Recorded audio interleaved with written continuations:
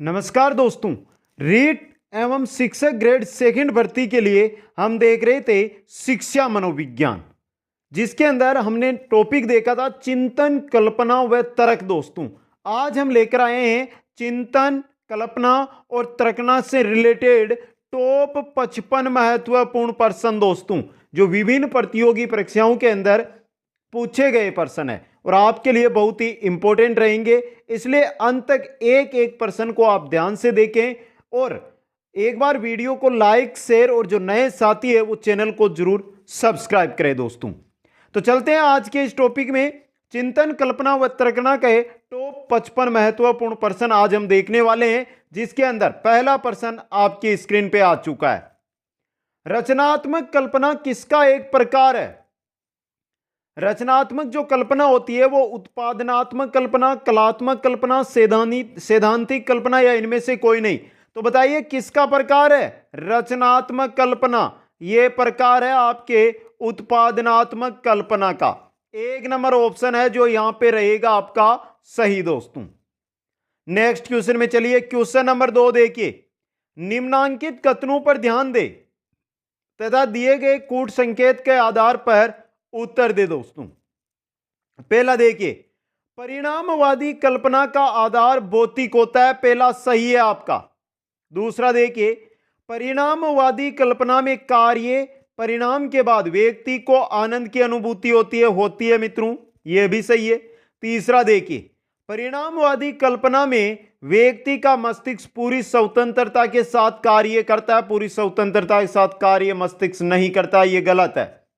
यहां पर आपका 1 और 2 नंबर कथन सही है। तो देखिए कौन सा कूट आपका सही हो रहा है। यहां पे 3 नंबर 1 और 2 यहां पे क्या रहेगा आपका सही रहेगा। नेक्स्ट क्वेश्चन में चलिए। यदि शिक्षक द्वारा ताजमहल का वर्णन किए जाने के बाद कोई छात्र उस ताजमहल की कल्पना अपने आप करना प्रारंभ कर देता है तो इसे कहा जाता है। छात्र ने ताजमहल नहीं देखा है, शिक्षक ने जैसा बताया वो फिर उसी के आधार पर कल्पना कर रहा है, तो इसे आप क्या कहेंगे? परिणामवादी कल्पना कहेंगे, ग्राही कल्पना कहेंगे, सौंदर्यबोधी कल्पना कहेंगे या सैद्धांतिक कल्पना कहेंगे? इसको कहेंगे हम ग्राही कल्पना। 2 नंबर ऑप्शन आपका सही रहेगा। 4 नंबर क्वेश्चन देखिए। गत अनुभूतियों की यादों और गत प्रतिमाओं को पुनर्गठित कर एक नई संरचना करने की प्रक्रिया को कल्पना कहा जाता है। यह कल्पना की परिभाषा किसने दी मित्रों? कि गत अनुभूतियों की यादों और गत प्रतिमाओं को पुनर्गठित कर एक नई संरचना करने की प्रक्रिया को कल्पना कहते हैं। रेबर, थॉमसन, मैकडूगल या जेम्स ड्रीवर? यह किसने कहा था? यह परिभाषा दी थी रेबर ने। किसने? रेबर ने। 1 नंबर ऑप्शन सही रहेगा। 5 नंबर क्वेश्चन देखिए। चिंतन तथा कल्पना में कौन सा अंतर है? चिंतन और कल्पना में अंतर। पहला, चिंतन लक्ष्य निर्देशित है, सही है, जबकि कल्पना में व्यक्ति संबंधित विचार यादृच्छिक रूप से मन में लाता है। यह दोनों में अंतर है मित्रों, सही है पहला। यथार्थवादी चिंतन में तर्क होता है। यथार्थवादी जो चिंतन होता है उसमें तर्क रहता है, सही बात है, जबकि कल्पना में कोई तर्क काम नहीं करता। यह भी क्या आपका अंतर है दोनों में। तीसरा देखिए, चिंतन में प्रयत्न और त्रुटि की प्रक्रिया होती है, जबकि कल्पना में प्रयत्न और त्रुटि की प्रक्रिया नहीं होती है, इसका अभाव पाया जाता है। यह भी सही है, तीनों सही है। तो सही देखिए उपरोक्त सभी। 4 नंबर ऑप्शन आपका सही रहेगा यहां पे। 6 नंबर क्वेश्चन देखिए।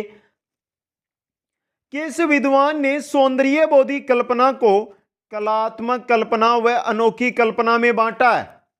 सौंदर्यबोधी कल्पना का प्रकार 2 प्रकार, एक तो कलात्मक, दूसरा अनोखी। किसने बताया मित्रों? रेबर, थॉमसन, मैकडूगल या जेम्स ड्रीवर? किसने बताया था? जेम्स ड्रीवर ने बताया था। 4 नंबर ऑप्शन सही रहेगा। Question number 7।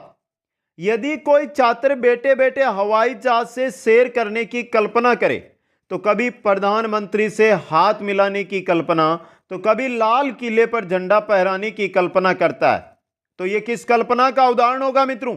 कलात्मक, अनोखी, व्यवहारवादी या सौंदर्यबोधी? कौन सी कल्पना होगी? ये होगी आपकी अनोखी कल्पना। 2 नंबर ऑप्शन सही रहेगा। हवाई किले बना रहा है वो। आगे चलिए क्वेश्चन 8 में। जिस कल्पना के आधार पर हम कुछ नई अभौतिक तत्वों का निर्माण, जैसे किसी कविता का लेखन कर पाते हैं तो उसे कहा जाता है, क्या कहते हैं उसको? ग्राही, परिणामवादी, सौंदर्यबोधी या सृजनात्मक। कुछ नए अभौतिक तत्वों का निर्माण कर रहे हैं, मतलब सर्जन कर रहे हैं, तो कौन सी होगी? सृजनात्मक कल्पना होगी। 4 नंबर ऑप्शन सही रहेगा। क्वेश्चन नंबर 9 देखिए, शिक्षा के दृष्टिकोण से सबसे अधिक उपयोगी किस कल्पना को बताया गया है? शिक्षा के दृष्टिकोण से सबसे अधिक उपयोगी कल्पना परिणामवादी व सौंदर्यबोधी कल्पना है, सैद्धांतिक व कलात्मक कल्पना है, अनोखी कल्पना व कलात्मक कल्पना है, या उपरोक्त में से कोई नहीं। शिक्षा के दृष्टिकोण से अगर हम बात करें तो हमारी जो सबसे उपयोगी है वो है परिणामवादी व सौंदर्यबोधी कल्पना। 1 नंबर ऑप्शन है जो यहां पे सही रहेगा।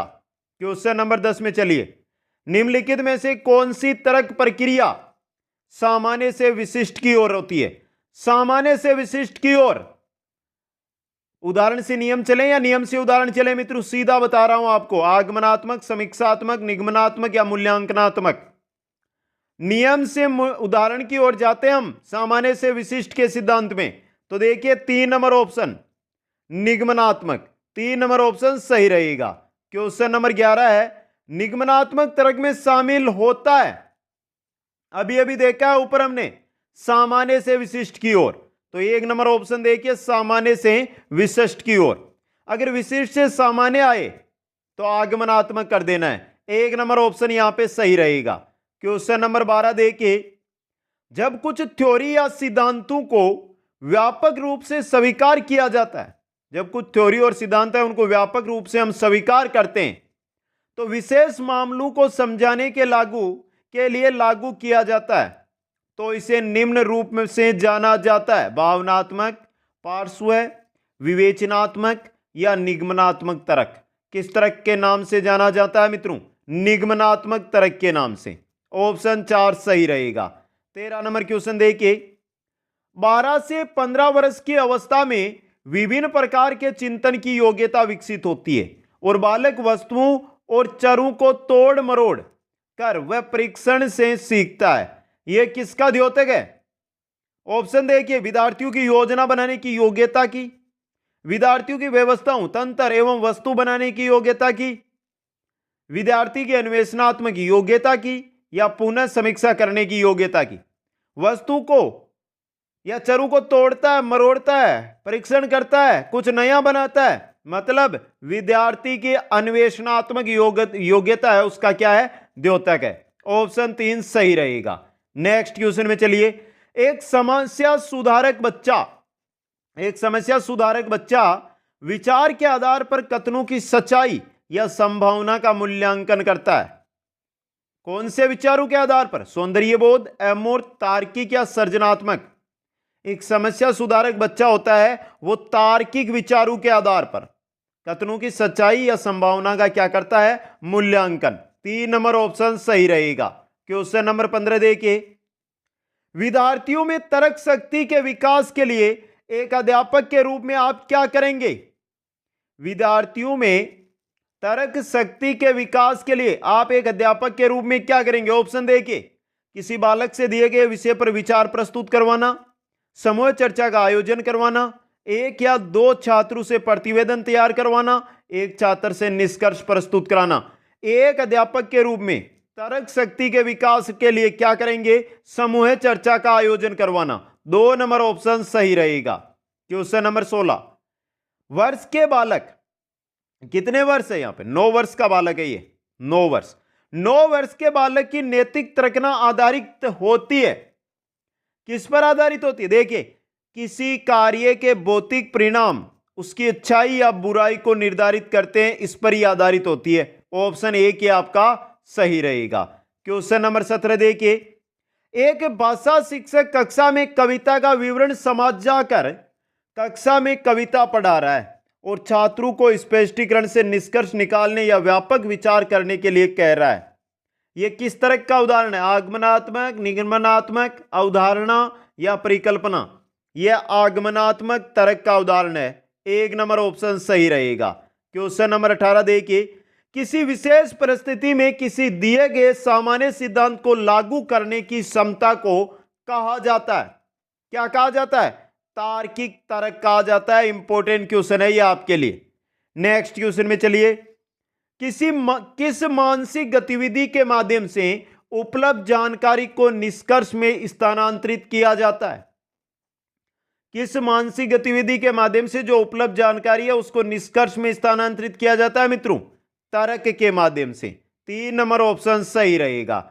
नेक्स्ट क्वेश्चन में चलिए, सामान्य से विशिष्ट की ओर बढ़ते हुए किस प्रकार के तर्क की विशेषता बताई जाती है? सामान्य से विशिष्ट की ओर मतलब निगमनात्मक तर्क में, डिडक्टिव रीजनिंग के अंदर। ऑप्शन 3 सही रहेगा। क्वेश्चन नंबर 21 देखिए, तर्क में एसोसिएशन एक समस्या से शुरू होता है और एक के साथ समाप्त होता है। किसके साथ समाप्त होता है? तर्क समस्या से शुरू, समाधान पे समाप्त। तो ऑप्शन 3 यहां पे सही रहेगा। नेक्स्ट क्वेश्चन में चलिए, संज्ञानात्मक प्रक्रिया जिसे चिंतन के नाम से जाना जाता है तब होता है जब कोई व्यक्ति कला संबंधी, साहित्य, वैज्ञानिक या प्रायोगिक वस्तुओं समस्याओं के संभावित विविध समाधानों के बारे में मुक्त रूप से विचार करता है।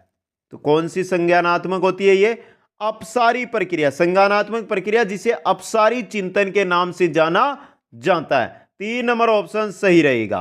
क्वेश्चन नंबर 23 देखिए, तर्क निम्न पर आधारित होता है। तर्क किस पर आधारित होता है? निगमनात्मक तर्क पर आधारित होता है आपका तर्क। ऑप्शन 1 सही रहेगा। क्वेश्चन नंबर 24 आपकी स्क्रीन पे, निम्नांकित कथनों पर ध्यान दे तथा दिए गए कूट के आधार पर सही उत्तर दे। देखिए मित्रों, यहां पर कूट का प्रयोग करना। पहला है, तर्कना चिंतन की एक प्रक्रिया है। क्या सही है? ये सही है मित्रों। तर्कना में क्रमबद्धता पाई जाती है, यह भी सही है। तर्कना में व्यक्ति किसी विषय के विपक्ष में तर्क करते हुए एक निश्चित निष्कर्ष तक पहुंचता है, यह गलत है मित्रों। 2 ही सही है, पहला और दूसरा यहां पे। तो ऑप्शन देखिए आपका सही रहेगा 1 और 2 यानी 3 नंबर ऑप्शन। नेक्स्ट क्वेश्चन में चलिए, यदि शिक्षक छात्र से यह पूछते हैं कि रानी लक्ष्मीबाई राणा प्रताप के समान एक वीरांगना कैसे थी, तो इसमें सम्मिलित चिंतन निम्नांकित में से किसका उदाहरण होगा मित्रों? आलोचनात्मक, निगमनात्मक, सादृश्यवादी या आगमनात्मक? किसका होगा? सादृश्यवादी तर्कना का उदाहरण होगा। इंपॉर्टेंट क्वेश्चन है एग्जाम की दृष्टि से ये। आगे चलिए नेक्स्ट क्वेश्चन की ओर। क्वेश्चन नंबर 26 देखिए, भाषा चिंतन पर आधारित होती है, यह किसने कहा था? चिंतन के क्वेश्चन स्टार्ट हो गए। भाषा चिंतन पर आधारित होती है, यह कहा था पियाजे ने। किसने? पियाजे ने। ऑप्शन 2 आपका सही रहेगा। आगे चलिए क्वेश्चन नंबर 27, चिंतन है क्या? ये मैंने अच्छी तरह बताया था आपको। चिंतन के अंदर प्रतीकों का प्रयोग किया जाता है। तो चिंतन क्या है? प्रतीकों का प्रयोग करना। ऑप्शन 1 सही रहेगा। क्वेश्चन नंबर 28 देखिए, चिंतन प्रारंभ होने के लिए क्या आवश्यक है? चिंतन प्रारंभ होने के लिए आवश्यक होती है समस्या। जब समस्या होगी तभी चिंतन करेंगे उसके समाधान के लिए। तो 4 नंबर ऑप्शन आपका सही रहेगा। क्वेश्चन नंबर 29 देखिए, निम्न में से कौन सा चिंतन की प्रक्रिया में सबसे कम महत्वपूर्ण है? चिंतन की प्रक्रिया में सबसे कम महत्वपूर्ण कौन सा है? चित्र, प्रतीक एवं चिन्ह, मांसपेशीय क्रियाएं या भाषा? मांसपेशीय क्रियाएं यह चिंतन की प्रक्रिया में सबसे कम महत्वपूर्ण है। 3 नंबर ऑप्शन है जो आपका यहां पे सही रहेगा। आगे चलिए मित्रों, नेक्स्ट क्वेश्चन चलते हैं 30 की ओर। रचनात्मक चिंतन का अंतिम चरण बताइए मित्रों। रचनात्मक चिंतन का अंतिम चरण आया हुआ क्वेश्चन है 2019-2021 के अंदर। उस्मायन है, सत्यापन है, तैयारी है या मूल्यांकन है? सत्यापन है आपका। ऑप्शन 2 सही रहेगा। क्वेश्चन नंबर 31, निम्नलिखित विकल्पों में से भाषा और विचार एक साथ क्या बनते हैं? भाषा और विचार क्या बनेंगे एक साथ मित्रों? स्थानिक चिंतन, तर्क चिंतन, दृश्य चिंतन या मौखिक चिंतन? भाषा और विचार आएंगे तो कुछ मौखिक विचार होगा, मतलब मौखिक चिंतन होगा। 4 नंबर ऑप्शन सही रहेगा। क्वेश्चन नंबर 32 है, निम्नलिखित में से कौन सी धीमे शिक्षार्थी यानी स्लो लर्नर है का अभिलक्षण नहीं है? देखिए मित्रों, ध्यान की अल्प अवधि, सीमित शब्दावली, रुचि का सीमित प्रास, अमूर्त चिंतन। तो धीमे शिक्षार्थी है उनका अभिलक्षण इनमें से कौन सा नहीं है? ध्यान की अल्प अवधि ये तो है, सीमित शब्दावली भी है, रुचि का सीमित प्रास ये भी है, अमूर्त चिंतन नहीं है मित्रों। 4 नंबर ऑप्शन आपका यहां पे सही रहेगा। क्वेश्चन नंबर चलिए 33 में, चिंतन में सबसे महत्वपूर्ण तौर से क्या सम्मिलित होता है? सबसे महत्वपूर्ण तौर से अगर हम बात करें चिंतन के अंदर तो क्या सम्मिलित होता है? आपका तर्क सम्मिलित होता है। तो ऑप्शन देख लीजिए, आपका 3 नंबर सही रहेगा यहां पे, तर्क मित्रों। नेक्स्ट क्वेश्चन है, रिक्त स्थान में विचार मग्न ढंग से तथा उत्पादक रूप से चिंतन तथा साक्ष्य का मूल्यांकन शामिल होता है। किसमें शामिल होता है? गहन चिंतन, अमूर्त, अधिगम, अपसारी चिंतन या प्रतिबिंब। जो गहन चिंतन होता है ना मित्रों, इसके अंदर विचारमग्न ढंग से तथा उत्पादक रूप से चिंतन तथा साक्ष्य का मूल्यांकन है शामिल होता है। 1 नंबर ऑप्शन आपका सही रहेगा। आगे चलिए क्वेश्चन नंबर 35 की ओर। सबसे अलग या हटकर चिंतन निम्न में से संबंधित है? अपसारी चिंतन, तार्किक चिंतन, मूल्यांकनात्मक चिंतन या अभिसारी चिंतन।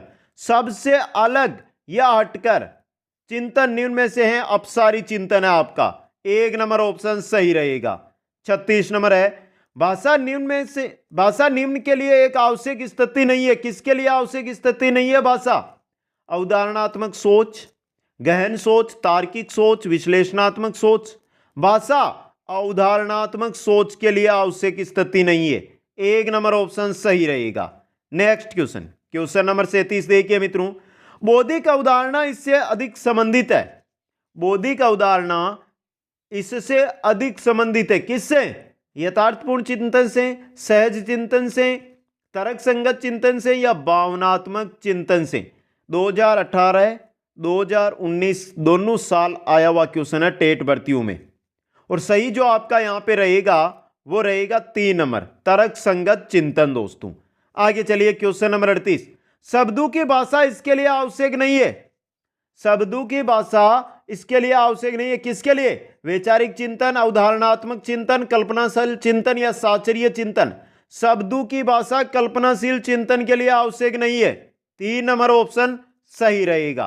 क्वेश्चन नंबर 39 देखिए, 39 नंबर क्वेश्चन है, एक छात्र को पीआई के मान का मूल्यांकन करने के लिए विभिन्न प्रणाली को ज्ञात करने के लिए कहा जाता है।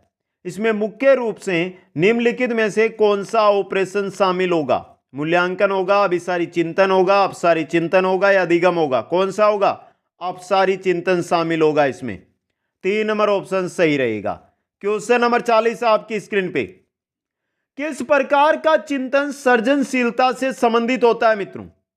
अभिसारी सोच, अलग सोच, अंतर्दृष्टि सोच या परमार्थिक सोच। सृजनशीलता से संबंधित होता है आपका अलग सोच वाला। 2 नंबर ऑप्शन सही रहेगा। नेक्स्ट क्वेश्चन में चलिए, बॉब एक मॉडल हवाई जहाज को एक साथ रख सकते हैं। बॉब एक मॉडल हवाई जहाज को एक साथ रख सकते हैं, यह कथन अभिवर्ती परीक्षण की किस विशेषता का संकेत करता है मित्रों? स्थानिक चिंतन का। 2 नंबर ऑप्शन सही रहेगा।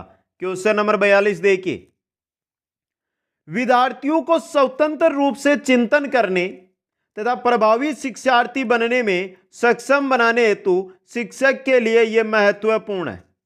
स्वतंत्र रूप से चिंतन करना और प्रभावी शिक्षार्थी बनने में सक्षम हेतु शिक्षक के लिए क्या महत्वपूर्ण है? पहला, एक संगठित तरीके से जानकारी को प्रस्तुत करना ताकि पुनः स्मरण करने में सरल हो। यही है मित्रों। 1 नंबर ऑप्शन ही आपका यहां पे क्या रहेगा? सही रहेगा। क्वेश्चन नंबर 43 देखिए, कौन सा कथन चिंतन के विषय में गलत है? कौन सा कथन है जो चिंतन के विषय में गलत है मित्रों? देखिए, चिंतन में प्रतिमाएं और भाषा प्रयुक्त होती है, यह तो सही है आपका। चिंतन एक प्रकार की सूचना प्रक्रमण यानी सूचना की प्रक्रिया, यह भी सही है। चिंतन संज्ञानात्मक प्रक्रिया का समुच्चय सेट है, यह भी सही है। चिंतन और भाषा असंबंधित है, संबंधित है ये, तो यह गलत है आपका। 4 नंबर ऑप्शन सही रहेगा। क्वेश्चन नंबर चलिए 44 में, बालक का चिंतन किसके द्वारा प्रदर्शित नहीं होता? आत्म केंद्रिता, संजीवतावाद, यथार्थवाद या व्यक्तिवाद। बालक का चिंतन है जो आत्म केंद्रिता, संजीवतावाद और यथार्थवाद, इन तीनों के द्वारा क्या होता है, प्रदर्शित होता है, व्यक्तिकवाद के द्वारा प्रदर्शित नहीं होता है दोस्तों। इंपॉर्टेंट, 4 नंबर ऑप्शन सही रहेगा। नेक्स्ट क्वेश्चन है, निम्नलिखित में से कौन सा चिंतन अनुसंधान से संबंधित है? अनुसंधान से संबंधित चिंतन परंपरागत चिंतन भी है, विकेंद्रित चिंतन भी है और वैज्ञानिक चिंतन भी है। ये सभी अनुसंधान से संबंधित चिंतन है दोस्तों। तो 4 नंबर ऑप्शन ये सभी यहां पे सही रहेगा। क्वेश्चन नंबर 46 है, चिंतन शक्ति के विकास की प्रक्रिया में निम्नलिखित में से कौन सा कथन गलत है? चिंतन शक्ति के विकास की प्रक्रिया में कौन सा कथन गलत है? पहला, ज्ञान व अनुभव की यथेष्टता, यथेष्ट अभिप्रेरणा, यथेष्ट स्वतंत्रता व लचीलापन, कम बुद्धि व ज्ञान। तो क्वेश्चन क्या कह रहा है, चिंतन शक्ति के विकास की प्रक्रिया में निम्नलिखित में से कौन सा कथन गलत है? तो यह देखिए कम बुद्धि व ज्ञान वाला है। 4 नंबर ऑप्शन आपका सही रहेगा दोस्तों। चिंतन शक्ति के विकास की प्रक्रिया में ज्ञान व अनुभव की अभिवृद्धि होती है, तो कम बुद्धि व ज्ञान कहां पर आएगा दोस्तों। आगे चलिए, चिंतन अनिवार्य रूप से है, चिंतन अनिवार्य रूप से है एक भौतिक घटना है? क्या है? नहीं, एक ज्ञानात्मक गतिविधि है, ज्ञानात्मक गतिविधि होती है चिंतन। 2 नंबर ऑप्शन सही रहेगा। क्वेश्चन नंबर 48 है, चिंतन की प्रक्रिया में प्रयोग किया जाता है? चिंतन की प्रक्रिया में प्रयोग, शब्द होते हैं, भाषा व विचार होते हैं, प्रतीक व प्रतिबिंब सभी प्रयोग किए जाते हैं। 4 नंबर ऑप्शन ये सभी आपका सही रहेगा। क्वेश्चन नंबर 49 है, चिंतन मानसिक क्रिया का पहलू है? चिंतन मानसिक क्रिया का ज्ञानात्मक पहलू होता है मित्रों। 1 नंबर ऑप्शन सही रहेगा। नेक्स्ट क्वेश्चन में चलिए, क्वेश्चन नंबर 50, निम्नांकित कथनों पर ध्यान दे तथा दिए गए कूट के आधार पर उत्तर दे मित्रों। अब बताना है यहां पे सही कौन कौन से, गलत कौन कौन से। पहला देखिए, चिंतन में प्रतीकों एवं प्रतिभाओं, क्या प्रतिमाओं, प्रतिमा है ये बा नहीं है, प्रतिमाओं का मानसिक जोड़तोड़ होता है, चिंतन सही है। चिंतन एक मध्यस्थ प्रक्रिया होती है, समस्या और समाधान के मध्यस्थ प्रक्रिया है ये। चिंतन में भाव व संवेग का विशेष महत्व होता है, नहीं दोस्तों। पहला और दूसरा सही है यहां पे, तो 3 नंबर ऑप्शन 1 और 2 यहां पे क्या है, सही है। क्वेश्चन नंबर 51, निम्नलिखित में से कौन सा यथार्थवादी चिंतन का प्रकार नहीं है? यथार्थवादी चिंतन का प्रकार नहीं है। पहला, अभिसारी चिंतन, सर्जनात्मक चिंतन, आलोचनात्मक चिंतन, सवलीन चिंतन।